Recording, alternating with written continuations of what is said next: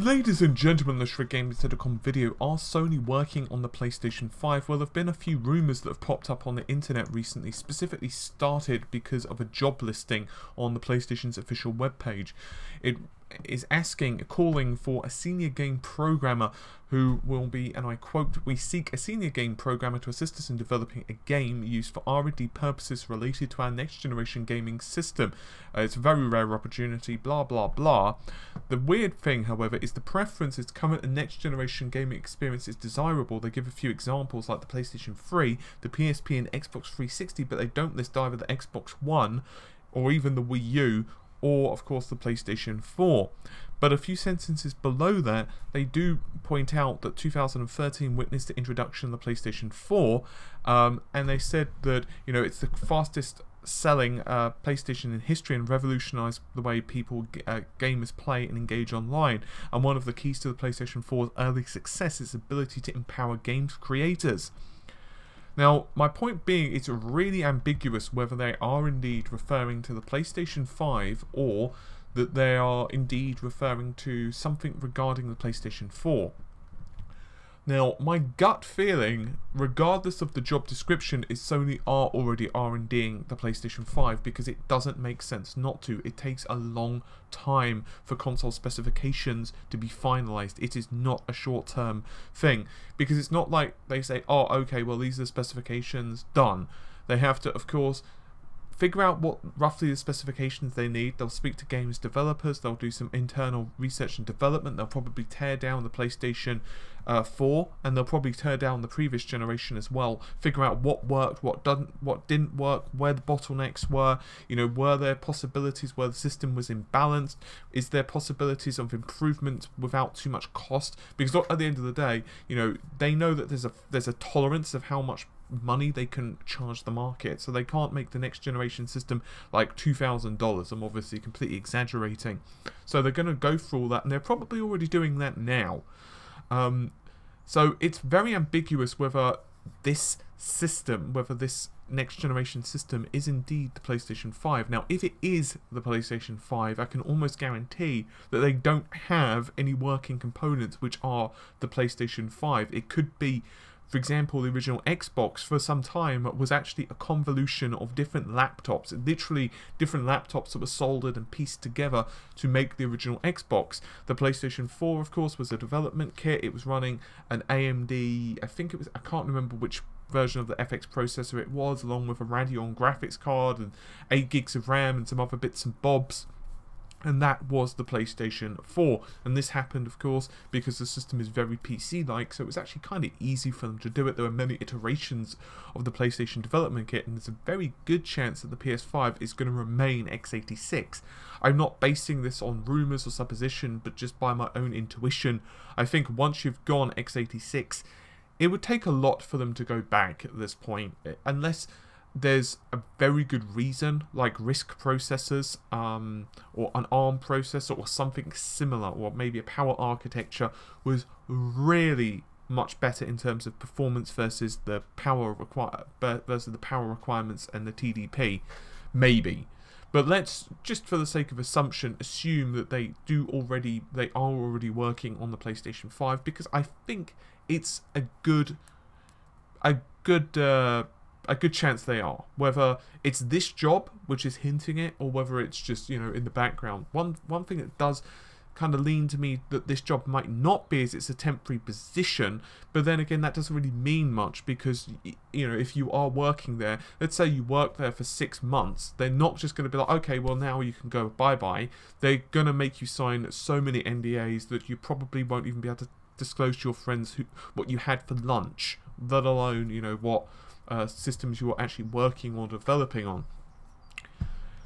My other contention that I'm hearing from some people, and this is even before this listing, is that PlayStation 5 will not be a physical console. It might be a cloud service, and to be fair, this is still ambiguous. It could still be a cloud-based service, a la PlayStation Now.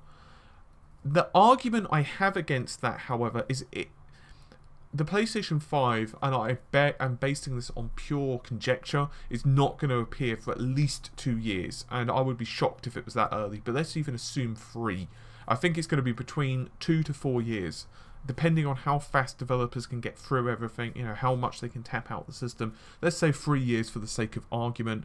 So that's going to be like 2018, between 2017 and 2019, but most likely around 2018-ish, once again, depending on how fast developers feel they tap into the system and how quickly Sony can get out a system which makes sense for an upgrade.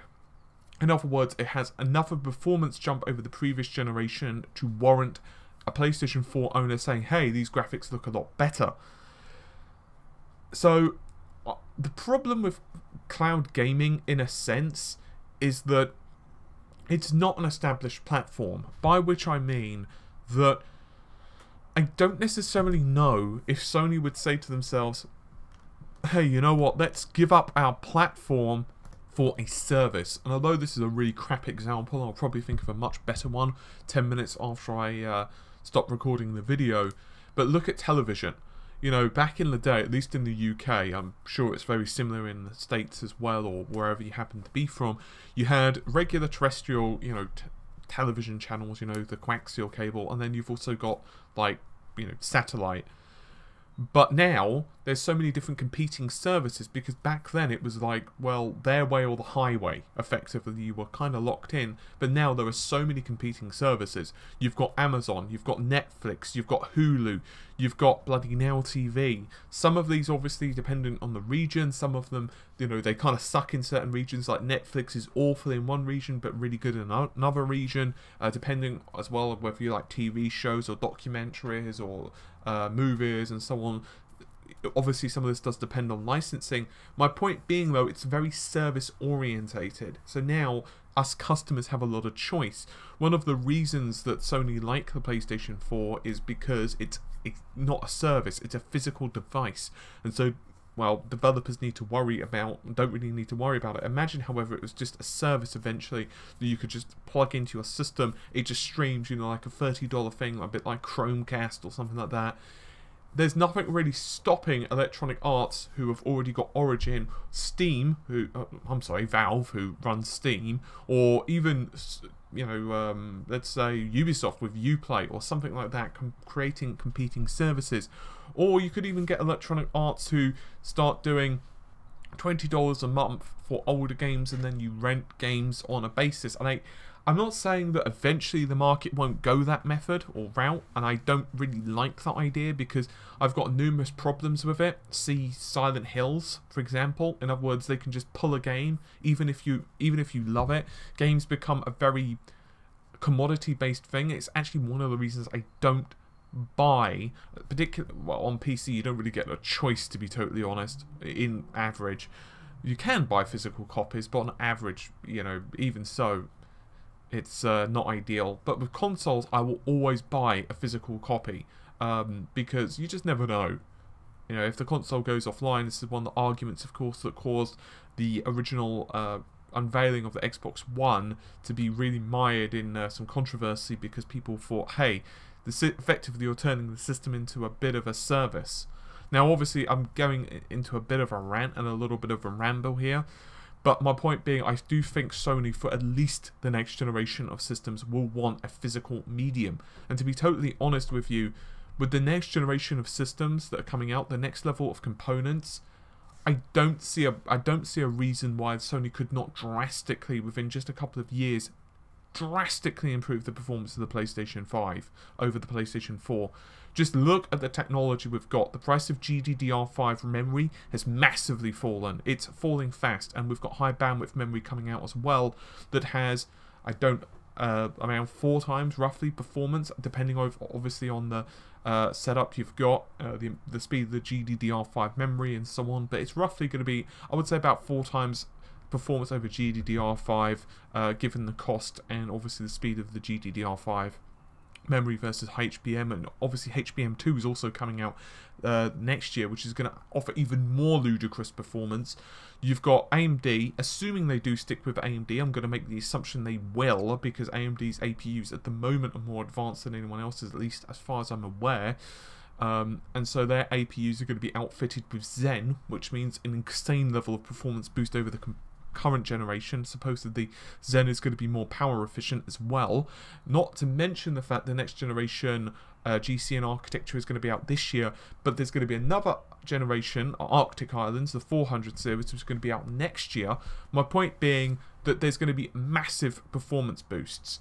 The PS4 has about 1.840 flops of computing performance, which is not too bad, but you know, the high-end part, the Fiji, supposedly is going to have about 8.5 to 9, which is obviously going to be a very expensive part, but in a couple of years' time, you know, 90 flops of computing performance is not going to be that expensive to actually own in your own house.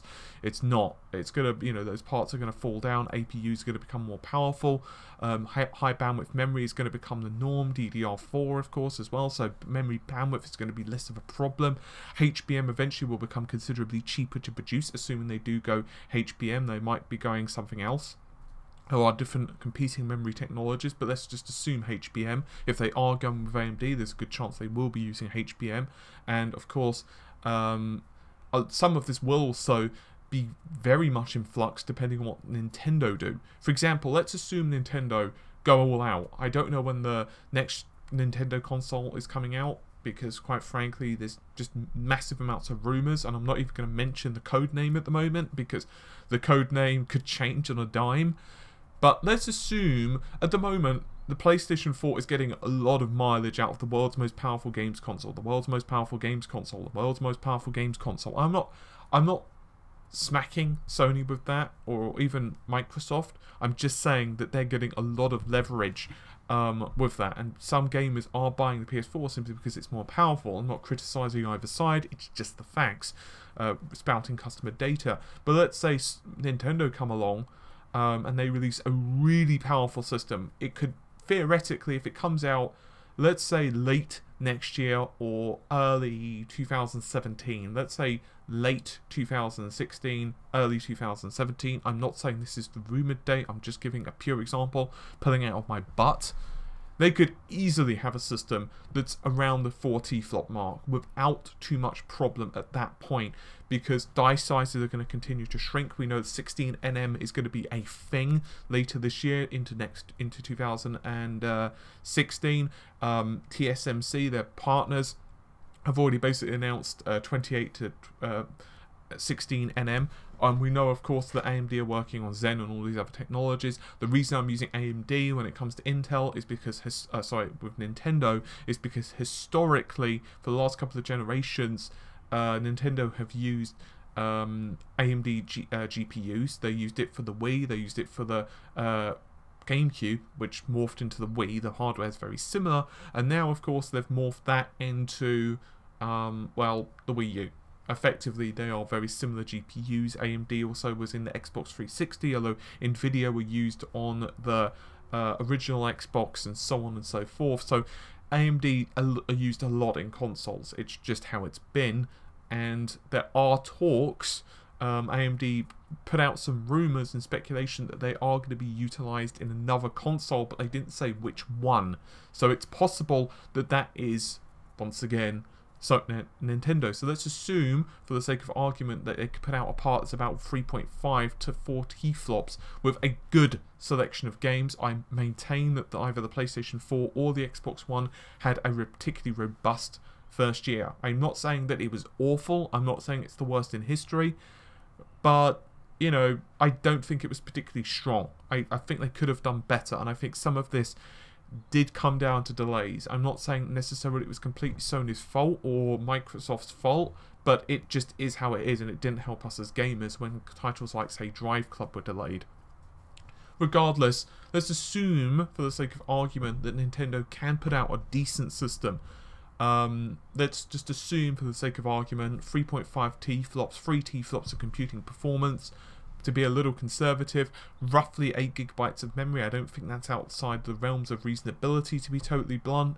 You know, a good smattering of performance. They could easily use GDDR5 memory clocked at about 6 GHz-ish with a decent bus width, or maybe even slower memory on a wider bus, but they might decide, depending on the form factor, that faster memory and a slimmer bus, because that means they can get away with less components. Obviously, the wider the bus, the more GDDR5 memory. On the other hand, they might decide to go with, let's say, DDR4, and then have a smaller amount of GDDR5, or they might just decide to go with DDR4 and HBM. Remember, HBM is not new, despite the fact that us as customers have not gotten the GPU at the moment. The memory has been, you know, going through the authentication processes, testing processes, and all of that stuff for some time. That's how the rumors first leaked out. My point being that they could release a system that's an absolute monster, and they could have a good smattering of games. Hopefully they could have like a Mario 64, Zelda, you know, triage of death, which the N64 did. The N64 went a bit quiet after that, but does that particularly matter? You know, I'm saying they could easily release a good smattering of games if they had good third-party developers. They get the EAs. If they went x86 as well, another reason that I think Nintendo might is because it would make a lot more sense. Converting code over and so on and so forth is a lot more difficult than just saying, hey, it's another build of x86. The system's more powerful, so all we have to do is basically change this resolution, change these, you know, config settings, and smack bang, done. Obviously there is some more work to it than that, but still it's considerably easier than needing to worry about writing for an entire architecture that's completely and utterly bloody different, you know, compared to what the Wii U is compared to, let's say, the PS4, just pure example.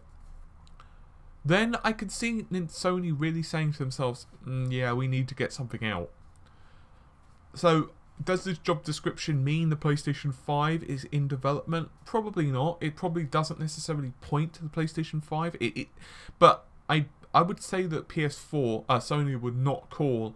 I don't know, maybe they would call the PlayStation 4 next generation because it's good marketing spiel, isn't it? But personally, from a layman's point of view, I don't think that PlayStation 4 is next generation anymore. It's like...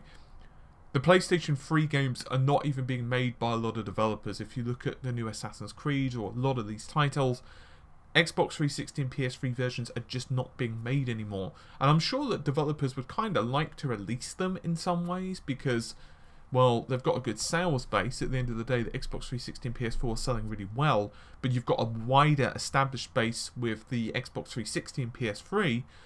But it just doesn't make sense to continue to support those systems because of the finite and limited resources that they're running, both GPU, memory, CPU, and so on. And eventually, you have to do the, you know, the cut and burn method. You have to just say, hey, we can't keep supporting that. It's really hindering our next generation goals. We need to move just purely to the next generation. So I do feel in my heart that the PlayStation 5 is going to be a physical system. I do feel that it is already in development, and I do feel that Sony are probably finalising the specs. They are probably, with this job, if it's legitimate and it is working on the PS5, assuming it's called PlayStation, and to be honest, if they change the name of PlayStation, it would be absolutely ridiculous. I think they would deserve to be slapped if they changed the PlayStation name because it's synonymous at the moment with gaming, like the Xbox is. My personal gut feeling is that the developers are probably not sitting with final hardware. They are testing projects out, figuring what, you know, they can do with various games. It's very interesting they point out Unity and multiplayer game and networking, but that doesn't necessarily mean a huge amount because they also point out dialogue and AI. So it's a bit ambiguous whether they're referring primarily to single player or multiplayer experiences and so on. Anyway, I've gone over this far lengthier than what I thought it was going to be, but that's how I roll. Anyway, hopefully you've enjoyed the video. I'll see you soon. Take care. Bye for now.